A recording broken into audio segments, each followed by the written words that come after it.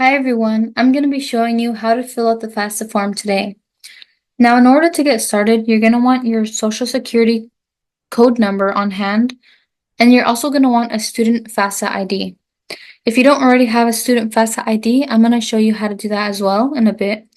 But before we get started, you want to make sure that your parents' taxes are filed and completed before you fill out this form.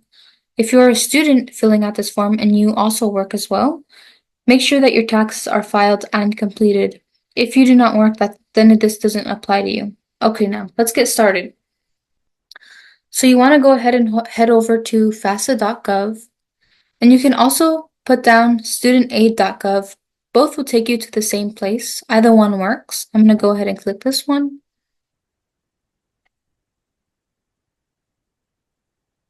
And then we're going to go under Start New Form to make our ID. Because this is our first time and we're creating an account and making our FAFSA ID, we're going to go under Create an Account. And then right here, they're going to have you put all your information, and then they should provide you with a FAFSA ID. And you're going to want to wait about 3 days before you come back and you actually fill out the FAFSA form. Once you have your FAFSA ID on you, then you're going to log into your account. So you go under the same place, and then you're going to log in with your new information that you have.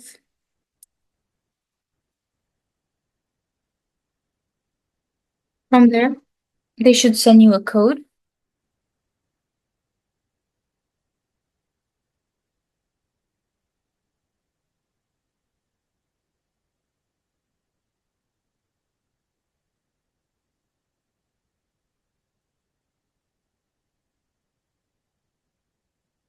If you are a student filling out this form, then you put student. If you are a parent filling out for your student, then you put parent. Because I already filled all this out, I'm going to go ahead and show you what it looks like, but you would press continue and then it would take you to the same place I'm about to show you right now.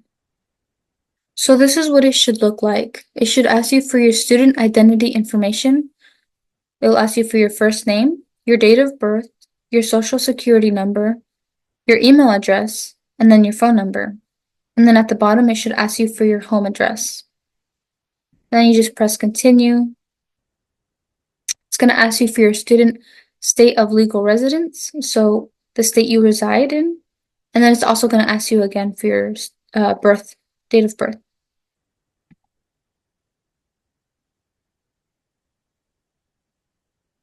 Student marital status on the date the FAFSA form was first submitted. So if you are not married, then you would put single. But if any of these other ones also apply to you, you can put one of those instead.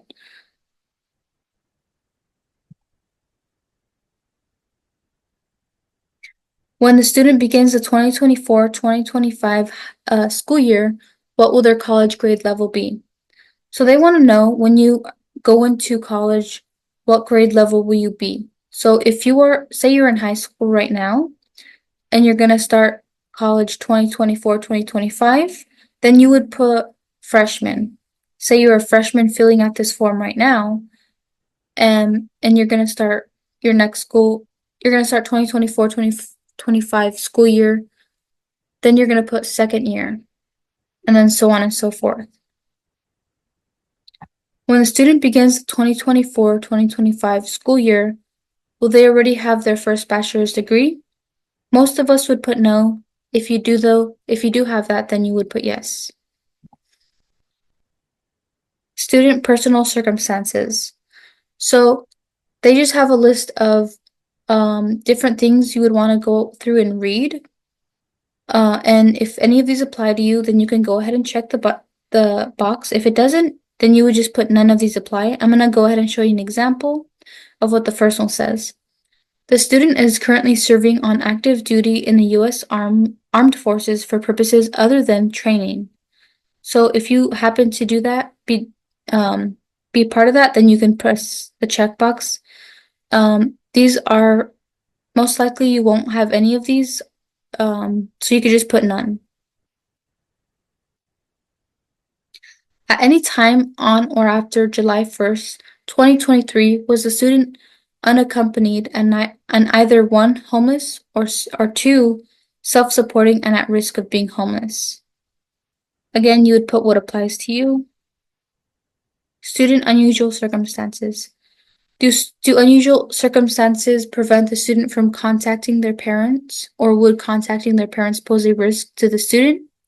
Go ahead and read all these, see if this applies to you. Again, if you do happen to put yes, you would need documents to prove it. If you don't, if this doesn't apply to you, then just go ahead and click no. Are the student's parents refusing to provide their information on the FAFSA form? So if your parents if they are not refusing, then you just put no. But if they are refusing, then you would put yes. All right, here now we're just going to put our student demographic information. So the first question, they're just going to ask you for your gender. And then here they're going to ask you for your ethnicity. Just put down your ethnicity. And then down here, they're going to ask you for your race. Student citizenship status. Go ahead and put whichever one that applies to you. Parent education status. Do either of the student's parents attend college or completed college? You can put neither parent attended college. One or both parents attended college, but neither parents completed college. One or both parents completed college, and don't know.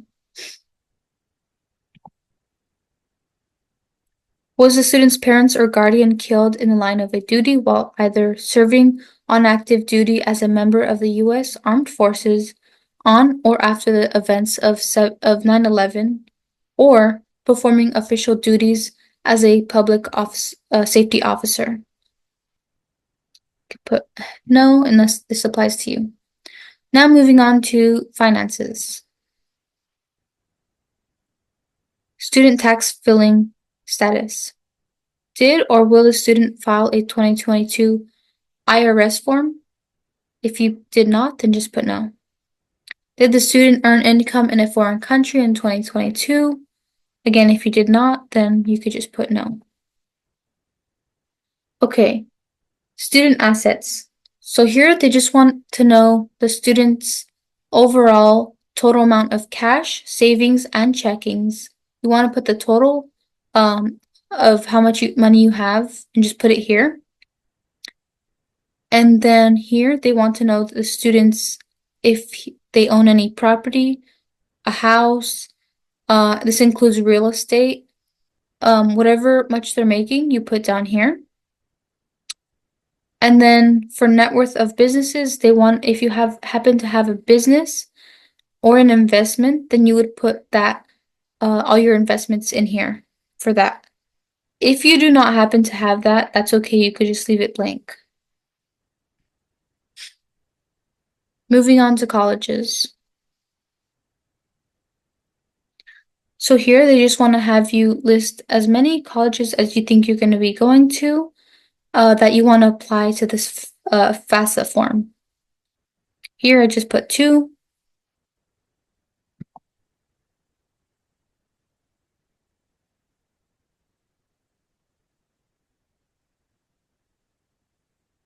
And then now you want to go ahead and read the summary.